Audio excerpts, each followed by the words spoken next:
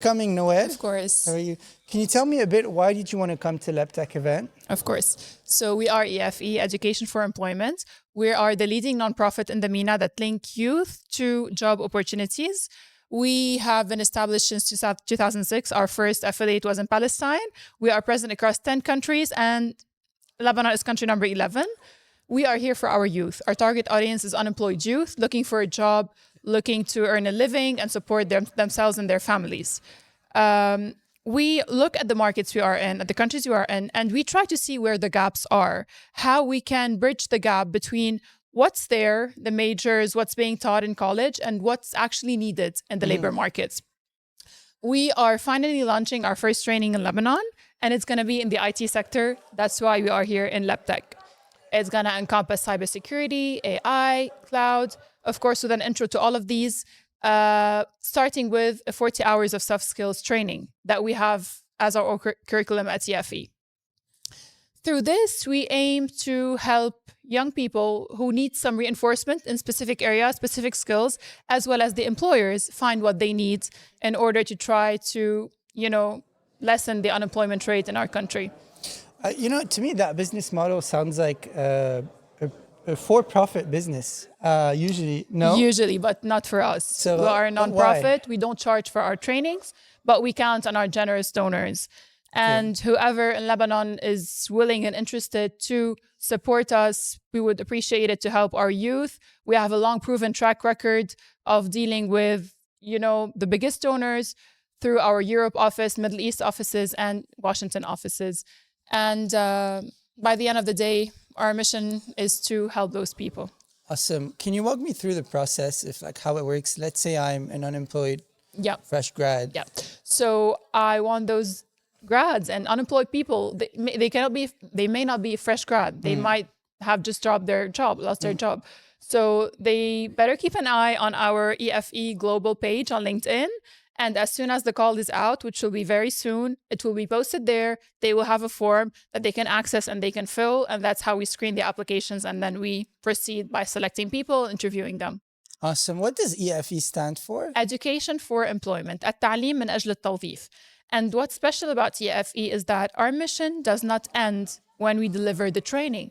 Because if you're someone unemployed and you come and get a training and then don't end up finding a job, you're going to become even more frustrated, right? So we just don't let those people there.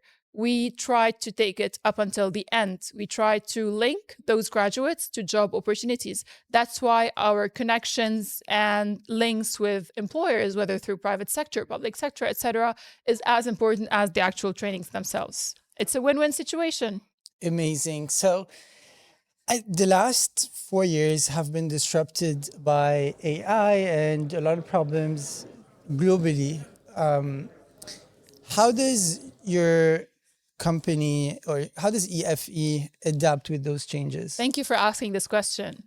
Well, we were among the first NGOs to quickly adapt through this stage by launching one of our trainings called Leveraging AI in Job Search. That was from the very beginning, ever since AI was being heard of, between the public. Second thing is that we are trying as EFE to see how we can ourselves as staff know AI and learn AI, because you cannot teach AI if you don't know it yourself. And we are currently building and expanding our AI curriculum. Here in Lebanon, for example, in association with the Lebanese IT company, we're going to deliver AI as part of the curriculum. So we are trying as much as we can. And also one of the things that we discussed the most, other than incorporating AI itself, is will AI take over many jobs? And the thing here is very interesting. Actually, our global CEO, Andrew Baird, was at the AI Summit in Africa a couple of months ago. And there were really interesting takeaways there. One of them was the fear is not that AI will come and take over people's jobs so that they will become unemployed. But a person that is AI literate will have more advantage over the other that is still not. So they might take their place, yes. So it is a competitive place. We should keep up. We should keep raising awareness for our youth that they should keep up as well. Eventually, yes, we can deliver the courses, but there is some self-work to do. Just like when you first use the computer, I imagine we all navigated it by ourselves. We didn't have someone sitting next to us and telling us, except in certain instances. You have to learn to navigate things on your own first, and then you strengthen yourself in specific areas. Noelle, you seem like someone who is working with purpose. We are. And I believe you're doing what you're doing for the mission that is, helping people find jobs and find careers. Of course, I graduated, so I'm not old. Do I look old? No, I graduated. Not at all. I graduated in the middle of the dire economic crisis in Lebanon. Okay. I saw all of my friends leave. I saw them all leave. I had no more friends left in Lebanon. Myself, I was about to leave at certain moments. So I know how it feels. Just like when a breast cancer survivor, they launch their own organization related to it because they feel it. Same for me. I know what it means to lose your friends because they cannot find job opportunities in their countries. I know the potential that is here. I've lived in the US. I've seen the capacity that we have as Lebanese people and the level of education that we get. So I don't think there's anything missing other than just being provided with the right environments and with the right, milestones, being guided so that they could. What's your position in the company or the? I'm the managing director of EFE in Lebanon. Okay. So we are 11 affiliates. Each of them operates independently, but we are all under the global umbrella.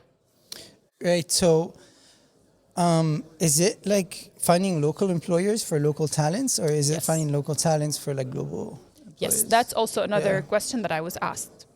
As long as a young person in Lebanon finds a job, earns a living for them and their family, whether through an in-person job or a remote job to the outside, that's good, right? Okay. If you're working, if you're living in Lebanon, you're benefiting your country, your family, your society, even if you're doing your remote job, which boomed actually during the crisis and during COVID, then you are benefiting the country, you're benefiting your society. Amazing. So that would depend on the job requirement. Exactly. Right? Some jobs, of course, cannot be done remotely. But if we can do it, we are also working on a new curriculum related to financial and digital literacy. All of these, they can benefit people working from remotely. And how did you convince EFE in the States to look at Lebanon? Actually, I did not convince them. The idea was always there. Okay. If you are present in Morocco, Tunisia, Algeria, Egypt, Yemen, Palestine, Jordan, why not Lebanon? The main fear was the cliche instability in Lebanon, right? And to prove it even further, we launched and then the war erupted in September. Yeah, sucks.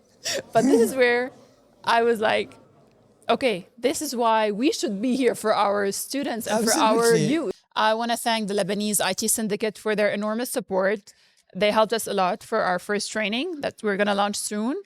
Of course, regarding the technical parts, thank you for being here and for helping us, spread our message and our mission in the Lebanese society. And we hope to see you in other events soon. You're most welcome. Thank you so much. My last question is, why did you want to move back? To Lebanon. Well, big part of it is emotional. I lived a year in the States. So I did the trial in Houston. I did the trial part, because when you don't try, you always think that it's going to be all sweet dreams and the American dream and all sugar and candy. But when you actually live there and you feel what it's like.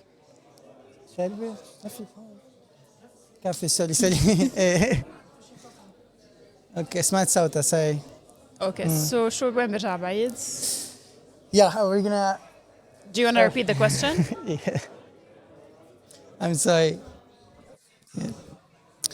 So you were saying, my last question was, why did you want to move back to Lebanon? Well, let's not lie. A big part of it was emotional, more than rational. But also I did the trial part. So when you don't live abroad, you always think it's going to be all sugar and candies and all nice. Absolutely. But when you actually go through it, and especially in the States, that is way too far. You can't come just and visit on a weekend, right? You were very bored in Houston. Exactly. Yeah. So living there made me realize that it's not as easy as it sounds. This is not the American dream. You're on your own. Coming from, I grew up, my family is from the mountains. So I'm always surrounded by family, by friends, by this enormous support system. Then you find yourself on your own over there. It was tough, but you always do it. I'm sure ما في مغترب لبناني ما بده يرجع. Absolutely. You do it for why you are there. Absolutely. For your work, for your own development. So I came back because I just wanted to be next to my family. I want to live next and see my parents grow old and gray and not just talk to them for a few hours a day while it's still daytime in both countries. So, Absolutely. Thank you so much, Thank Noelle. you. Thank you so much. Please follow the DxTalks. I am Paolo Khayat, and follow PodHub Beirut on Instagram. Also follow EFE. EFE Global on LinkedIn and all other social media platforms. EFE Global on LinkedIn and all social media platforms. Thank you so much. I am Paolo Khayat.